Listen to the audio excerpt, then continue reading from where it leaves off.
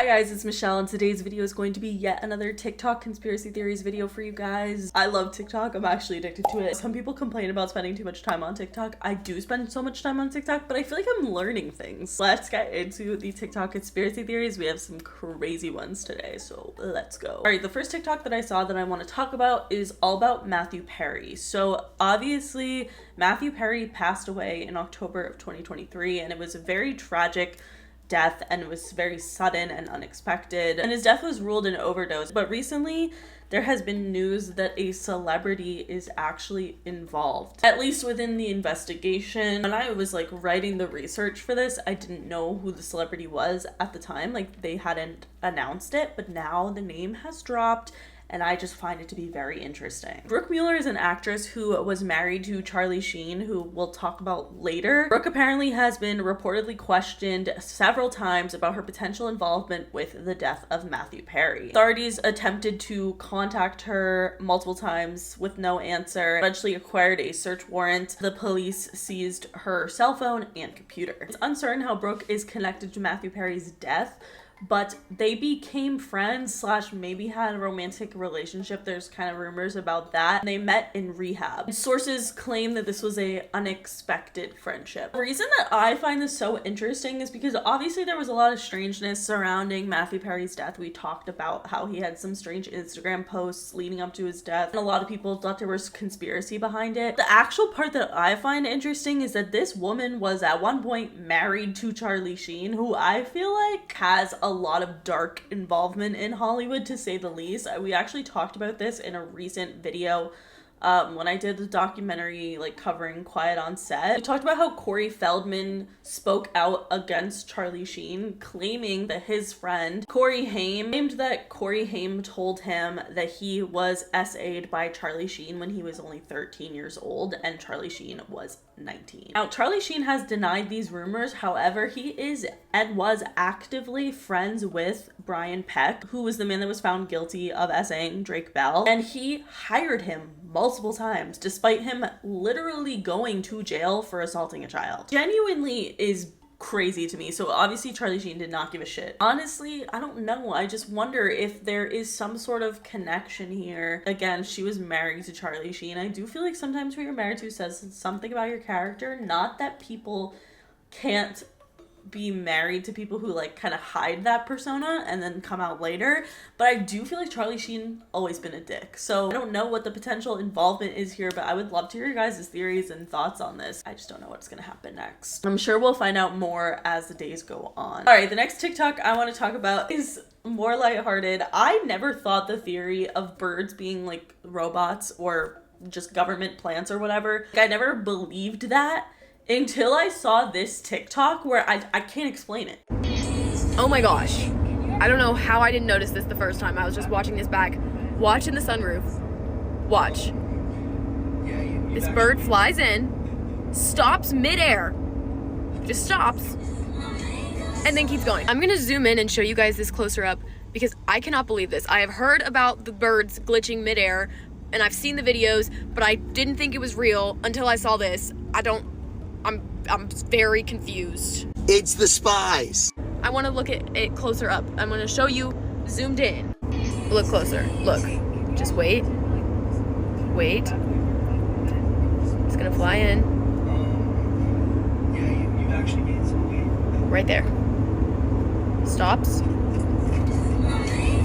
Flies away. I'm starting to think that birds are not real. So why does the bird literally stop midair like that? I actually have nothing other than to say that it's a robot. Because like, what? I am afraid of them, but not because I think that they're government plants, but because they fly and are creepy generally. The next thing I want to talk about is Amanda Bynes. I've been seeing a lot on TikTok lately about her secret Twitter account. I don't think I've ever talked about this because I wasn't sure if I believed it was actually Amanda, but now I do. Obviously, we've talked about the dark side of Nickelodeon and the dark side of Dan Schneider in regards to the Quiet on Set documentary. We learned a lot about his character, but I do think that one person we have not heard from and one person I don't think that we will hear from is Amanda Bynes, and she was definitely the closest person to Dan Schneider at the time, at least the closest person who he was working with. Dan really took Amanda under his wing and honestly made her into a star. But when we find out from this Quiet on Set documentary / rumors that have been going on forever, so many people have spoken out about Dan Schneider, and hearing more from his co-workers as well, like co-writers and stuff, it's very important, I think, to point out the fact that Amanda Bynes was raised around this man. And this man was a very prominent figure in her life. And I do think that it could be the reason why we saw after 2013, Amanda started to struggle publicly. She was actually placed in a conservatorship. And honestly, I do think that there could be some truth in this theory. I saw on TikTok that her old Twitter account popped up, and it was in February of 2017 where this account started tweeting just different things about Dan Schneider. So the Twitter account is at PersianLA27, and they claim to be Amanda Bynes. They even tweeted a picture of her ID. Don't know how anyone else would have gotten that, but that's just me. She tweeted, quotes, "There are many predators in Hollywood. Some of the rumors are true and some of the rumors are false. One man in particular took hundreds of photos of my feet. I was only 13 and one of the main reasons why I may never be able to get pregnant. Can you imagine having an abortion at 13 because your boss impregnated you? Committed because your father touched you. Harvey Weinstein, didn't you mean Dan Schneider? No. Oh, okay." And then she also tweeted about John Travolta, which I thought was interesting. On the set of Hairspray, apparently he always had men in and out of his trailer whom she said, if you want to fuck men, that's fine, that's adorbs, but when you abuse, assault, and harass these men, you must face justice. About John Travolta. Like, I don't know. I just feel like if this wasn't Amanda Bynes, then who the hell is this? Like, I just feel like it's so random. Obviously, the Dan Schneider stuff was a very popular theory that was talked about. Also, at the same time, I had never heard anything like that about John Travolta, and it's just kind of random. They worked together on Hairspray, so I don't know. The Amanda Bynes Twitter at the time tweeted that the Persian LA person was not her, but then she tweeted from the Persian LA account saying, quote, "My parents are the ones tweeting on at Amanda Bynes, deleting this account. Please pray for my freedom and chance to have control over my finances." I do actually think that this could potentially be Amanda Bynes. If that is true, and if Dan Schneider actually got her pregnant, obviously, first of all, fucking disgusting. But second of all, kind of makes you wonder if the theory about Jamie Lynn Spears and her baby. Well, as we know, when Jamie Lynn Spears was 16 years old, the reason Zoe 101 got canceled was because she had a baby. So Jamie Lynn had a relationship with Casey Aldridge, who she has always claimed is the father of her daughter. Fans have always suspected that Nickelodeon had paid Casey off and Jamie Lynn to pretend to be the father of the child, / maybe he doesn't even know that he's not. A lot of people believe that Dan Schneider is the actual father of the child because a blind item in 2007 saying this conspiracy theory, and apparently the blind item blog Crazy Days and Nights was written by a very reputable Hollywood defense attorney who would theoretically have access to this information. I don't know if the theory's true, but I mean, the fact that it's been circling for a decade is honestly kind of nuts. And with everything that we know about Dan, like, is it that far out of the question? I don't know. I hope so, because if this happened to either of them, that is terrible. Like, of course it is one thing to be yelled at by your boss, but obviously this would take it to a disgusting level. So I don't know what I believe. Do you think that that's really Amanda Bynes' Twitter account? Let me know. Last theory that we're going to talk about revolving around Amanda Bynes is a lot of people think that Amanda Bynes actually had a chemical lobotomy. Obviously, a lobotomy isn't a legal practice, but a chemical lobotomy is essentially giving the same effect of a lobotomy, where somebody who does not need these type of drugs is taking high doses of antipsychotics, and it basically just completely rewires their brain chemistry, changes their personality. A lot of people think that the reason that Amanda Bynes is the way that she is now is because when she was under her conservatorship, she was forced to take medication like antipsychotics that made her this way. I think the same goes for Britney Spears. I think Britney, however, she said she was forced to take drugs that she didn't need. I believe they were antipsychotics. I don't think that it got to the level of Amanda Bynes, or at least I think that maybe Britney stopped taking the drugs once she exited her conservatorship, and like, I don't know, because she seems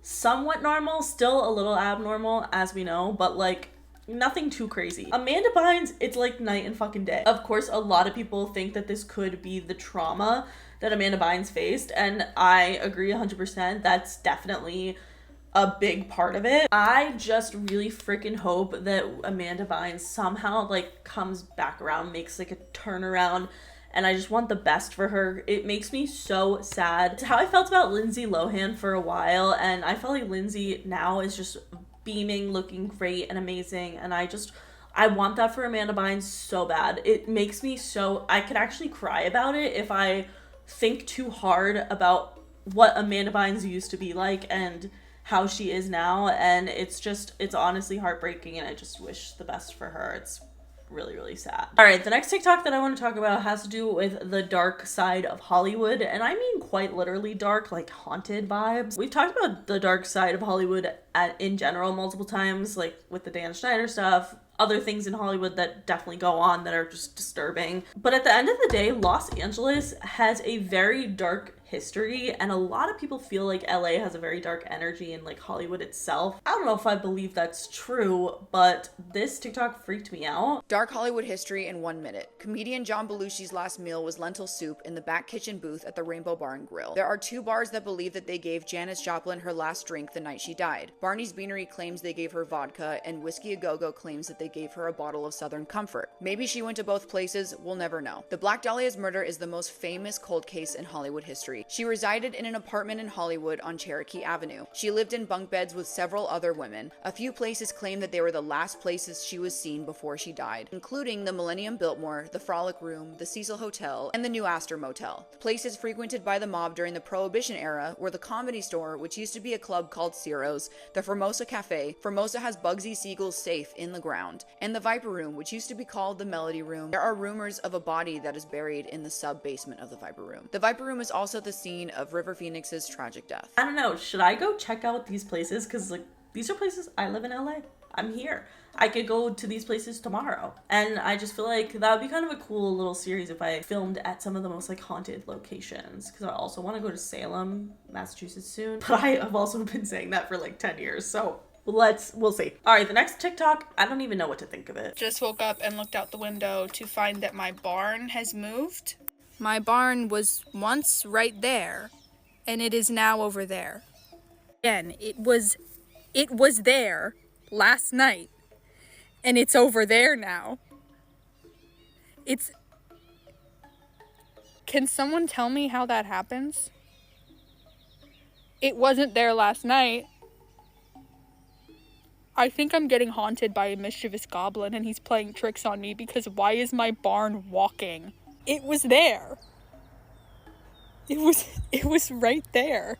There's not even a path there. It's just there. It's just in the middle of a fucking field. Here's my barn now. What?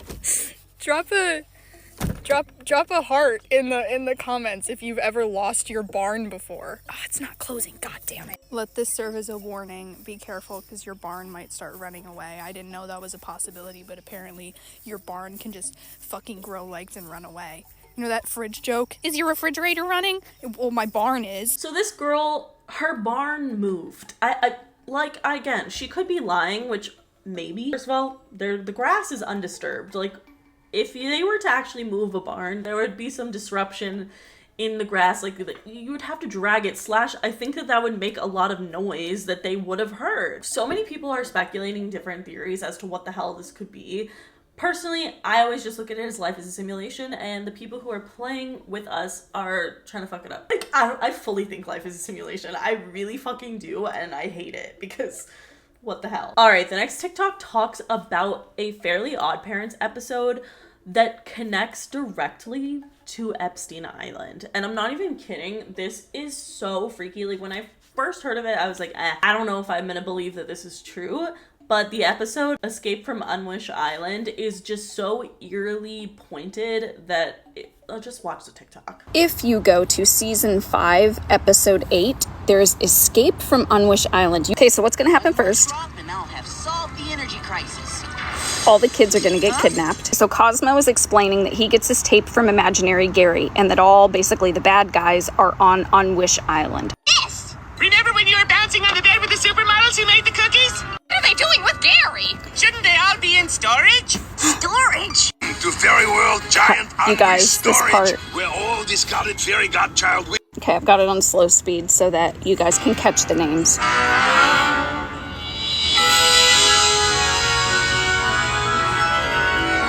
E. Gilbert, P. Diddy, Walt Disney, Milli Vanilli, Vanilla Ice, Teen Turtle, Duran Duran.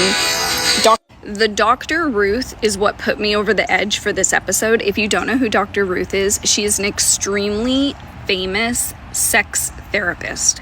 Now, what's behind some of these other names, I don't know. Like Carrot Top. My fourth favorite shape. It's perfect because What? we know that no one would be fool enough to go there. For your own good, stay away from Unwish Island. For reference, that's Epstein Island.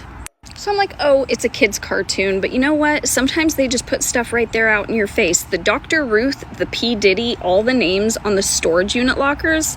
Come on. The part that shocked me was seeing P. Diddy's name, because this was in 2005. This episode aired in 2005. That means that people in Hollywood knew shit about Jeffrey Epstein way before the public did, which I assume. But to actually have that known. This is the writer of The Fairly Odd Parents. He's not fucking Justin Bieber. How is he, like, why does he know that? And it just shows you that even if these people hadn't actually been to Epstein Island, there are probably so many people who have heard about what goes on there and just stayed silent. And that's scary. And I do think that that is a very real problem in Hollywood. And I don't know, that's why like documentaries like Quiet on Set are so important, because there's so much dark shit going on and people just stay silent about it. And I understand why. They're afraid to lose their careers, they're afraid to be called crazy, they're afraid to be killed by the Illuminati or the elites, whatever you want to call it. Really, really scary out here. And I don't know, this episode just tripped me out. It's a kid's show, like what the hell. All right, the next TikTok I want to talk about really freaked me out. It has to do with the abduction theory, and honestly, this is just scary. I wonder if these are missing people or an auction. Does anybody else remember that video about that 14-year-old girl who went to Walmart and allegedly a worker came up to her with some perfume she wanted her to smell on one of those test strips?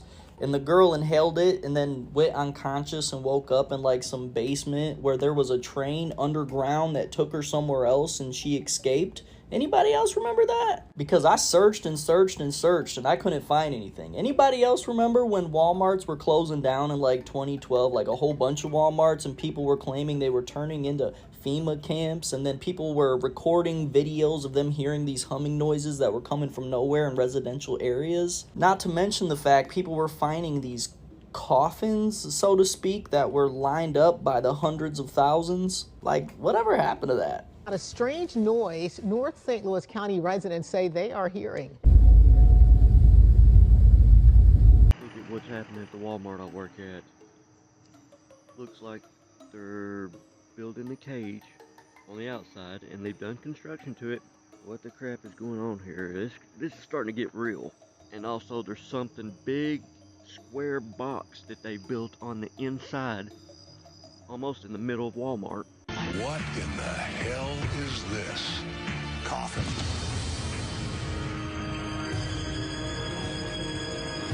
It's hundreds of thousands of coffins. I don't know. I feel like I haven't done a deep dive into like the whole Walmart theory of it all, but it does remind me of the theory that Wayfair was actually selling children on their website, which is crazy. And I'm not saying that it's necessarily true, but I will say it was fucking weird. There was something weird going on. Why were there cabinets with the names of missing children that were legitimately on Wayfair listed for $20,000? I don't know what the hell I think of it all, but it is truly, there is something very dark going on obviously involving human trafficking, but it really, really, really freaks me out when I think of how many potentially missing children or people there are out there that are just still alive and being trafficked. Like, that's such a horrifying thing to think of. I don't know, this theory like really freaked me out because I think it could be true. All right, the last two TikToks that I want to talk about are really creepy urban legends. There is this girl on TikTok who does really terrifying videos about these urban legends, and honestly, they freak me out. This is one of the most terrifying urban legends I've ever heard, and it ended up being true. But in Canada, there was this legend that one night a bunch of people saw a bright blue light in the sky, and the next day an entire village of people disappeared. But it turns out that legend is rooted in something that really happened. In Canada in 1930, a fur trapper named Joe LaBelle was riding in the river in his canoe when he came to a village he had seen before. Except this time when he came upon it, it looked like everyone had left in a hurry. Food was still cooking, and a bunch of dogs were barking and super hungry as if they had been left behind. But the strangest part of all of this was in the middle of the community, there was a grave that had been disturbed. And that reminded the fur trapper of a very scary story he had heard. The legend of the Torn Rack, which was this demon that supposedly stalked the area. So he starts looking for someone who might know what happened to these people. They were a nomadic people. It didn't make any sense that they would have left all of their stuff behind. And that's when he finds a man in a hospital who was potentially part of the village. The man is so freaked out. He won't say anything at first, but eventually Joe gets him to talk, and he recognizes one word that the man says. Torn Rack, the name of the evil deity that was potentially in the area.